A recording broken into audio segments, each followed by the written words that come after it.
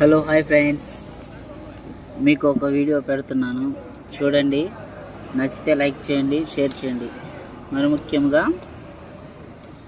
తెలుగులో 97 మార్క్స్ వచ్చిన వాళ్ళు ఎవరైనా ఉంటే లైక్, కామెంట్, షేర్ చేయండి. వీడియో పెడుతున్నాను చూడండి.